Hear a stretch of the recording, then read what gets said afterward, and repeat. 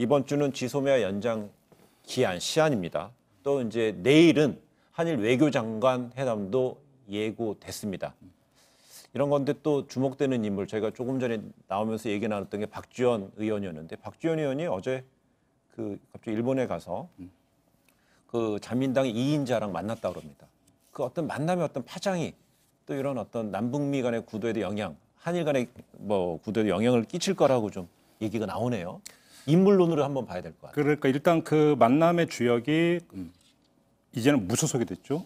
박지원 의원이고 상대는 니카이 도시히로 자민당 간사장. 네. 이 니카이 도시히로라고 하는 사람이 저번에 그 국회 방일단이 방문을 했을 때 만남을 2번이나 했다가 펑크를 냈던 의도적인 펑크가 아닌가라고 볼 수밖에 없는 그런 결례를 범했던 사람이고 이 일본 어떤 집권 자민당의 2인자로 통하는 사람인데, 자 여기서 그렇다면 이제 문희상 국회의원 대통령 특사 자격으로 간 게 아니라 문희상 국회의장 특사 자격으로 갔기 때문에 어느 정도까지 그러면 구체적인 협상 테이블이 없겠는가는 사실은 물음표를 찍어야 돼요. 그런데 그리고 아직 그거에 대해서 박지원 의원이 돌아와서 구체적으로 아직은 언급을 하지 않고 있기 때문에 확인을 해봐야 되는 부분이 있지만, 중요한 것은 그 흐름을 좀 봐야 될 것 같습니다. 무슨 이야기냐면 공식적으로 국회에서 방일단을 초당적으로 방일단을 꾸려가지고 일본에 갔는데 공개적으로 2번이나 약속을 펑크를 냈던 그 기류와 이번에는 그러니까 저는 사실 이 이야기를 한 일주일 전에 들어서 알고 있었는데, 그 얘기를 왜 하냐면 이미 일주일 전부터 최소한 일주일 전에 확정이 되어 있었다. 근데 지금 박지원 의원이 또 한 라디오 인터뷰에서 했던 얘기를 보면 그 니카이 간사장이 15일 광복절 이후에 좀 보자. 왜 그러냐면 그러니까 문재인 대통령의 광복절 경축까지 좀 보고 만나는 게 좋지 않겠느냐, 이렇게 시간을 뒀다라는 겁니다. 이 흐름을 좀 읽을 필요가 있다.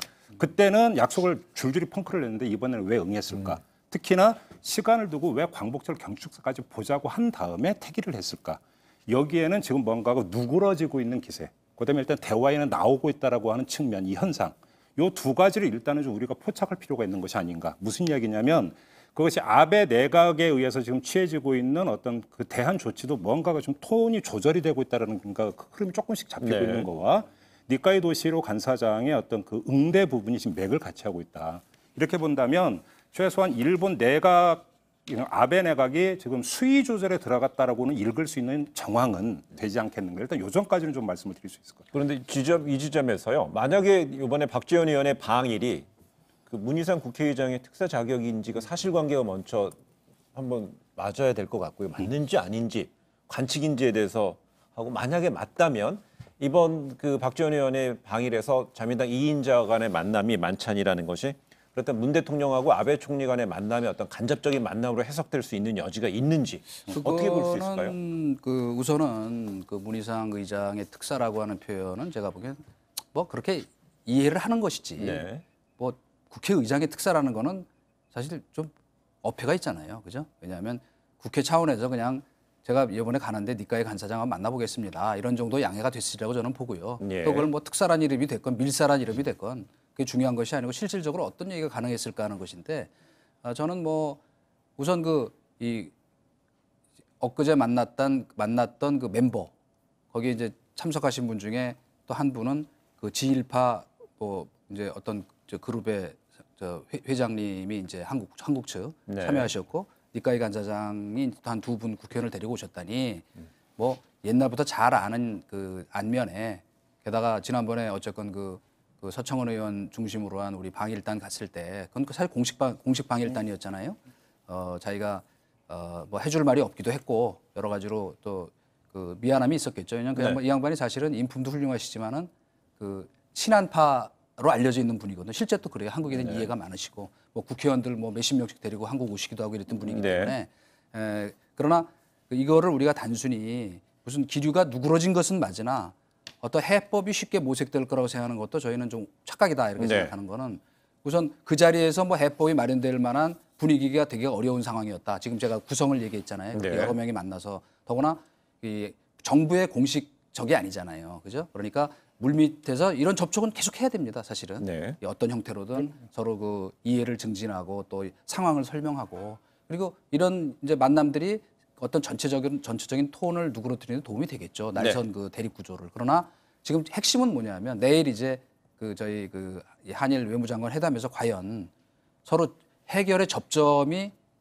마련될 수 있을까 하는 점에서 보면 아직은 양쪽의 기본 입장이 팽팽하거든요. 네. 그래서 저는 오히려 이런 대목에서 저희가 주목하는 거는 저희도 그 일본과 자꾸 이제 서로 이제 핑퐁하듯이 당신들이 먼저 정리해라.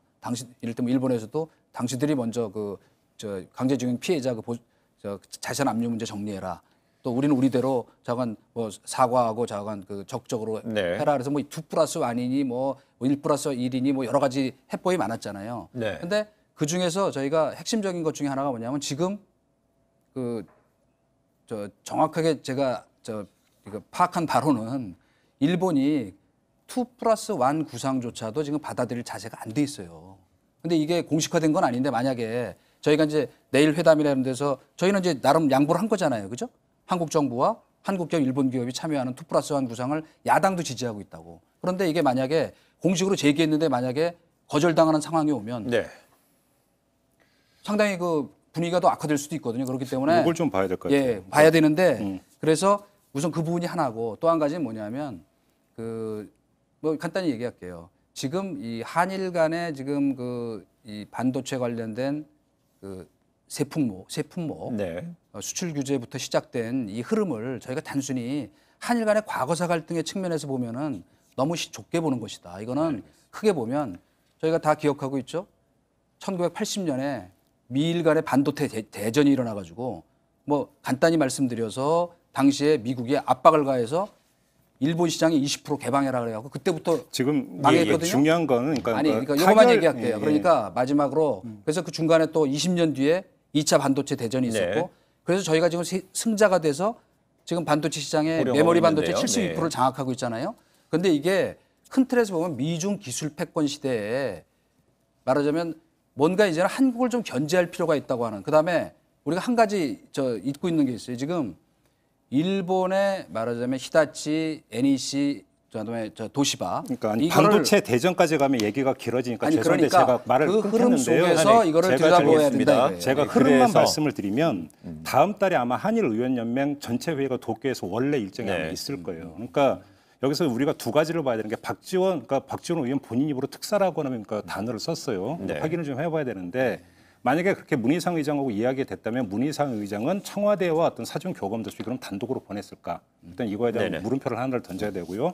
또 한 가지는 그럼 박지원 의원이 가서 구체적으로 무엇을 이야기를 했을까? 정부 대표로 가지는 않았기 때문에 어떤 여기 한계가 있을지는 모르겠지만 여기서 하나의 바로미터가 하나의 재볼 수 있는 가늠자가 한일 의원연맹 아마 도쿄 전체회의가 어떻게 되는가를 아마 보면은 네. 물밑에서 어떤 기류를 파악할 수 있는 하나의 그러니까 단서가 된다.